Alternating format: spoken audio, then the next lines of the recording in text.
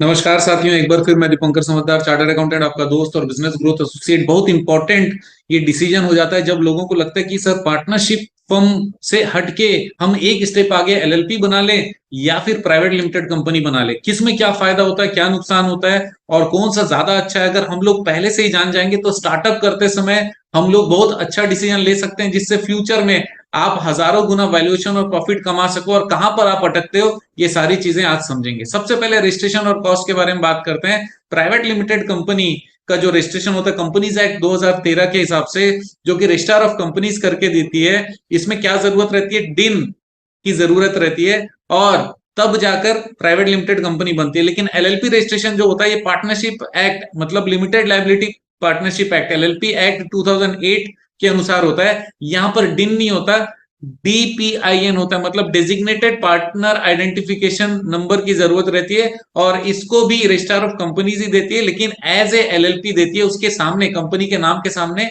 LLP लिखा रहता है। कॉस्ट ऑफ रजिस्ट्रेशन जो रहेगा थोड़ा सा ज्यादा रहेगा, किसमें, प्राइवेट लिमिटेड कंपनी में, और एलएलपी में थोड़ा सा कम रहेगा। अब अगला इंपॉर्टेंट पॉइंट में आते हैं। सबसे पहला चीज क्या क्लियर हो गया भाई, कॉस्ट ऑफ रजिस्ट्रेशन किसमें ज्यादा है, प्राइवेट लिमिटेड में, और कम किसमें, एलएलपी में है। ठीक। और डीन और डीपीआईएन की बात हुई। दूसरा ओनरशिप की बात कर लेते हैं। प्राइवेट लिमिटेड कंपनी बहुत फ्लेक्सिबल होता है, कभी किसी डायरेक्टर को लाना है, निकालना है, सेम डे का काम रहता है। कोई भी ज्यादा परेशानी वाली बात नहीं, बस खाली जो सिग्नेचर्स वगैरह चाहिए पर्सन के, वो आपने ले लिए तो काम बहुत जल्दी से बन जाएगा। और 200 शेयर होल्डर आप प्राइवेट लिमिटेड में आराम से रख सकते हो। किसी भी समय आप उसमें चेंजेस करना चाहो तो वो चेंजेस करने का प्रोसेस भी बहुत ट्रांसपेरेंट और बहुत इजी ऑनलाइन दिया हुआ है। This share holder may not be part of management. ये शेयर होल्डर मैनेजमेंट का हिस्सा होना जरूरी नहीं है। बहुत इंपॉर्टेंट चीज बोल रहा हूं, फिर से सुन लो कि शेयर होल्डर जो 200 लोग हैं वो मैनेजमेंट का हिस्सा होना जरूरी नहीं, केवल डायरेक्टर ही सबके बिहाफ में बिजनेस चला सकता है। लेकिन एलएलपी के केस में क्या होता है, जो पार्टनर होता है, जितने भी पार्टनर होते हैं, डेजिग्नेटेड पार्टनर होता है जिसका डीपीआईएन नंबर आप बनाते हो, वो सारे के सारे ओनरशिप होल्ड रखते हैं। इसका मतलब वो जो ऑपरेशन है, ऑपरेशन में पूरा अपना पकड़ बनाए रख सकते हैं।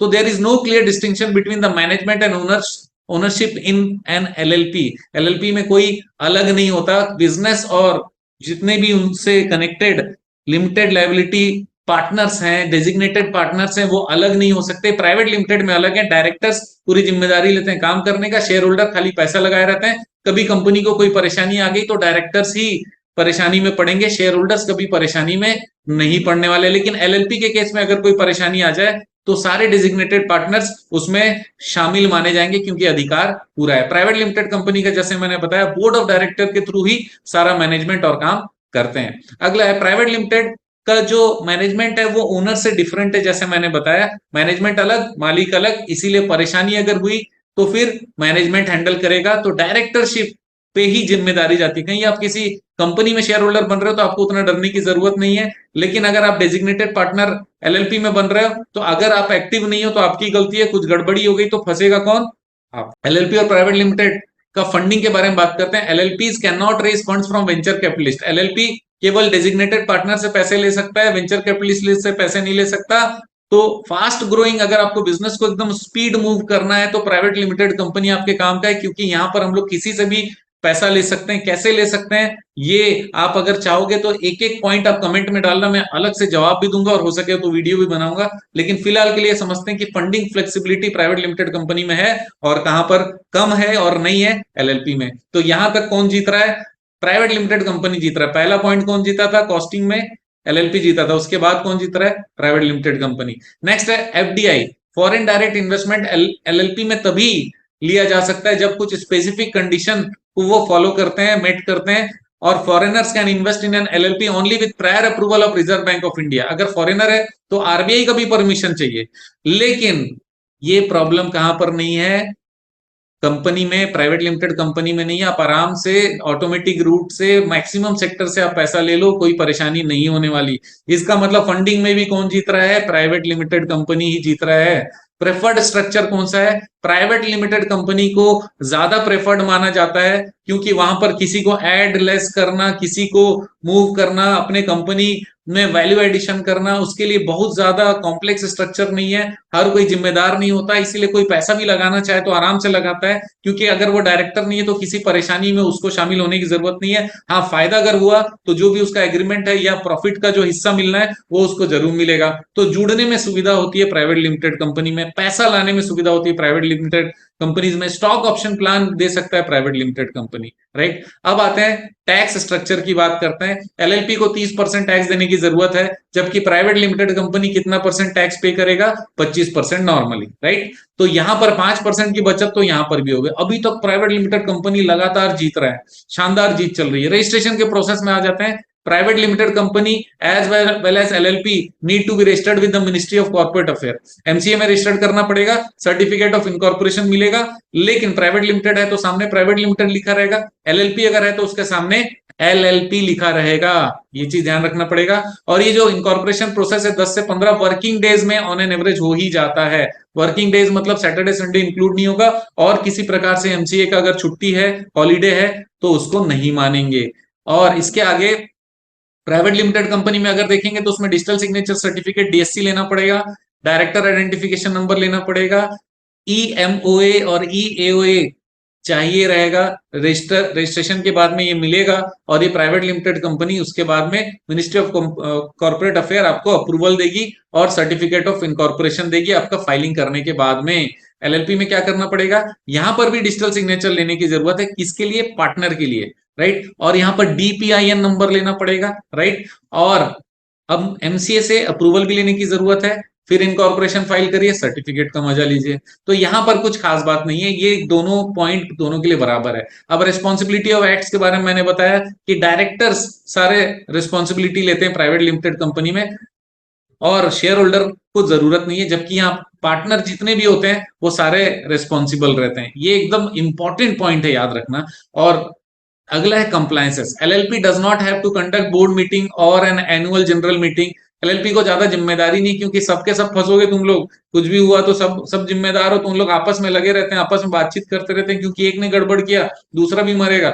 लेकिन कंपनी में जिम्मेदारी होती है डायरेक्टर्स की, इसलिए डायरेक्टर मिलकर बैठते हैं कि सब चीज सही करना है, सही हो रहा है या नहीं हो रहा है। तो उसके लिए रूल्स बना हुआ है, एजीएम एनुअल जनरल मीटिंग करना पड़ेगा, बोर्ड मीटिंग्स करने पड़ेंगे, number of board meetings fix होते हैं, साल में 4 बोर्ड मीटिंग करने की जरूरत रहती है, हर 6 महीने में एजीएम करना पड़ेगा, साल खत्म होने के 6 महीने, हर 6 महीने मतलब हर 6 महीने नहीं, साल खत्म होने के 6 महीने के अंदर में एनुअल जनरल मीटिंग करना पड़ेगा, राइट। स्टैट्यूटरी ऑडिट जरूरी है कि एलएलपी को? नहीं, एलएलपी को नॉर्मली स्टैट्यूटरी ऑडिट मैंडेटरी नहीं है, लेकिन अगर उसका एनुअल टर्नओवर 40 लाख से ऊपर गया, प्लस साथ में जो कैपिटल कंट्रीब्यूशन है 25 लाख से ऊपर गया, उस समय स्टैट्यूटरी ऑडिट करना पड़ेगा।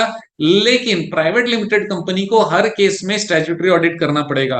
तो यहां पर पॉइंट जीतता हुआ लग रहा है कि एलएलपी जीत रहा है, यहाँ पे स्टैट्यूटरी ऑडिट नहीं करना पड़ेगा। लेकिन मैं आपको बता दूं, जितना ऑडिट करना ही पड़ेगा उसमें स्टैट्यूटरी वर्ड खाली गायब है, बिना ऑडिट के तो आपकी फाइलिंग होगी नहीं, एलएलपी भी है तो प्राइवेट लिमिटेड में स्टैट्यूटरी ऑडिट खाली ऐड हो गया, इसका मतलब कंपनीज एक्ट के हिसाब से भी ऑडिट होगी, नॉर्मल ऑडिट के अलावा। लेकिन ये अच्छी बात है मेरे हिसाब से, राइट।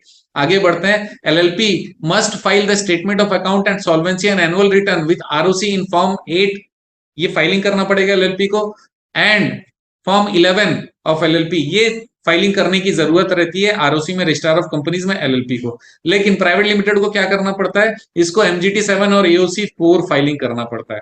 अब एडवांटेज और डिसएडवांटेज, मतलब इस वीडियो में इतनी सारी चीजें दे रहा हूं, आपको मजा आ जाने वाला है। एडवांटेजेस क्या है इसका? एलएलपी का सबसे पहले, LLP is easier to start and manage as it has fewer formalities. शुरू करने में कम फॉर्मेलिटी है, साल में कम फॉर्मेलिटी है, इसलिए अगर आप चाहो तो इसको सोच सकते हो। It has lesser cost of registration, थोड़ा सा कंपनी से कम रजिस्ट्रेशन है, इसीलिए अच्छा है। It is a corporate body है, इसीलिए ऑनलाइन कोई देख सकता है कि भैया इस कंपनी में कौन है designated partners, separate legal existence है इसके। पार्टनर अगर कोई चला गया तो परपेचुअल सक्सेशन है, इसका मतलब ये कि दूसरे उनके जो फैमिली वाले हैं उनको मिल जाएगा।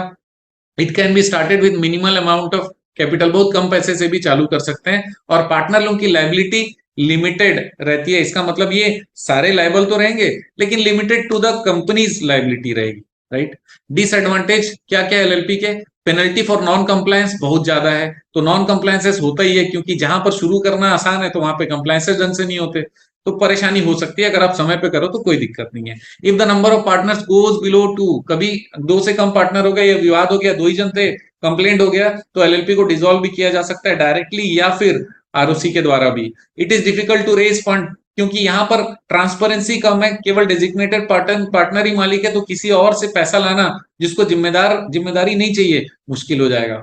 अब हम लोग प्राइवेट लिमिटेड में आ जाते हैं। क्या क्या फायदे हैं? सबसे पहला, no minimum paid up capital requirement to establish a private limited company. अभी आप किसी भी कैपिटल से शुरू कर सकते हो, मैं कहता हूं 1 लाख से शुरू करो। Company members have limited liability, यहां पर भी लाइबिलिटी लिमिटेड है मेंबर्स को, शेयर होल्डर्स की बात हो रही है सारे।